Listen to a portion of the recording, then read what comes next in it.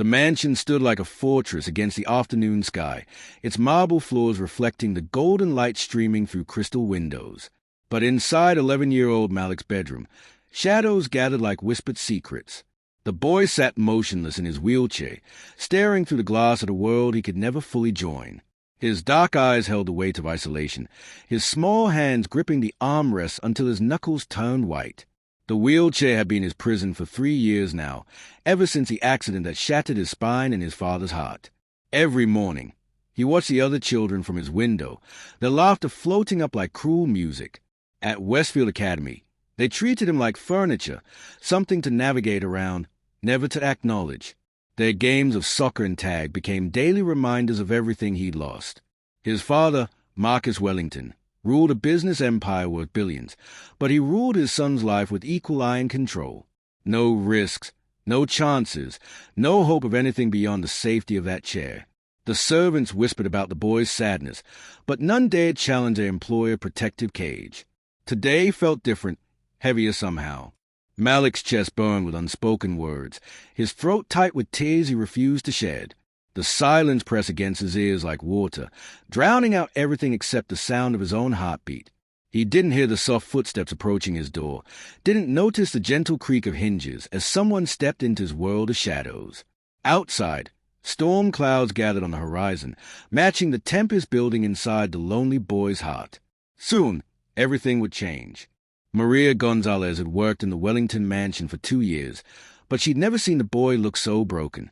Her heart ached as she approached his wheelchair, her blue dress rustling softly in the silence. She'd raised 3 children of her own before coming to work for the wealthy family, and every maternal instinct screamed at the sight of Malik's pain.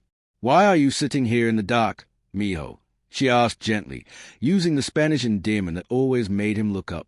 But today, his eyes remained fixed on the window, as if he could will himself through the glass and into the freedom beyond.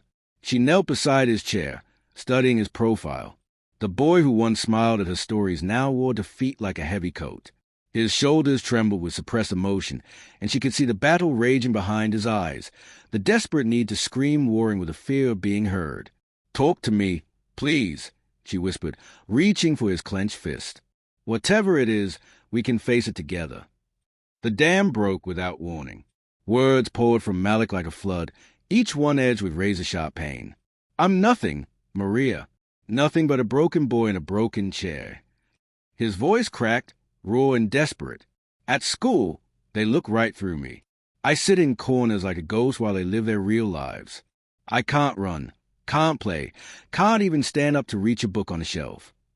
His fists hammered against his useless legs, each blow a declaration of war against his own body. "I hate this chair. I hate being weak. I hate that everyone sees me as something to pity." Maria's own eyes filled with tears as she watched this beautiful child destroy himself with words that cut deeper than any knife.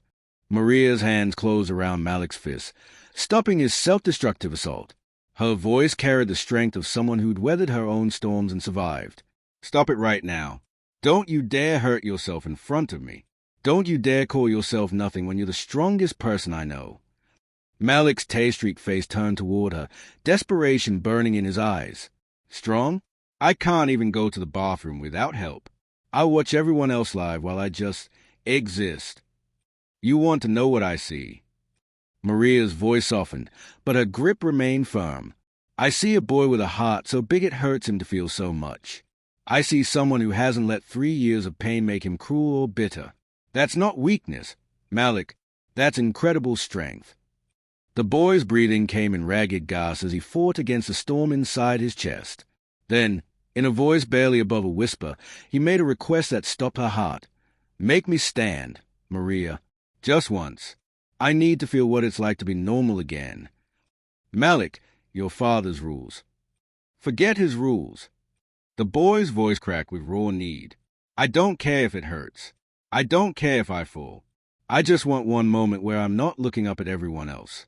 Please, Maria. I'm begging you."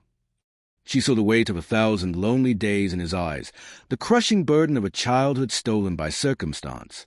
Her own children had taken their first steps into her waiting arms, had run to her when they were scared, had stood tall when they were proud.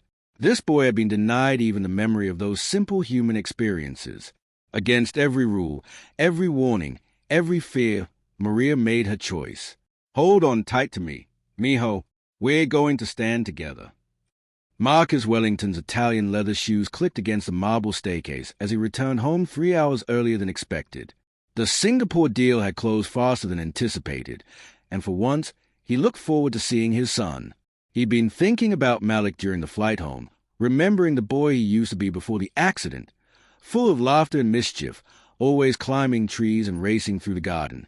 But as he approached Malik's room, he heard something that froze his blood, his son's voice, crying out in pain. Marcus burst through the doorway and stopped dead. The scene before him defied every rule he'd established, every boundary he'd drawn to keep his son safe. There was Malik, held upright in the maid's arms, his legs dangling uselessly, his face contorted with agony, and something else. Joy.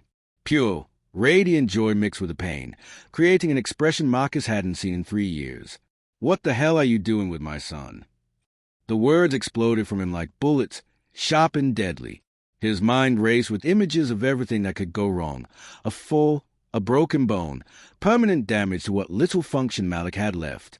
"Say, please," Maria started, but Marcus cut her off with a look that could melt steel. "I gave explicit orders. No one touches him without medical supervision. No one risks his safety." His voice echoed off the walls, bouncing back at them like physical blows. "Do you want to paralyze him completely? Do you want to destroy what little hope we have left?" But even as rage consumed him, Marcus couldn't ignore what he saw in his son's eyes. For the first time since the accident, Malik looked alive, truly, desperately alive.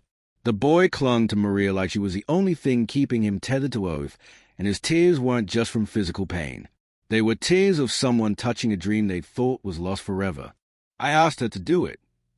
Malik's voice cut through his father's fury like a blade through silk. "I begged her. Dad, I got down on my knees. Well, as much as I could, and I begged her to let me feel normal for just 1 minute." Marcus felt his anger crack like ice in spring. His son's words hit him with the force of revelation, each syllable a mirror reflecting 3 years of his own terror disguised as protection. "You don't understand the risks," Marcus began, but Malik's next words shattered his defenses completely. "You're the one who doesn't understand." The boy's voice broke into pieces, each fragment cutting deeper than the last. "I sit at school and watch kids play games I'll never play. They don't invite me to birthday parties because I can't run or jump or be normal. Do you know what it's like to be invisible? To have everyone speak around you but never to you?" Maria's voice joined the battle, trembling but fierce. "Your son hurts every single day, Mr. Wellington.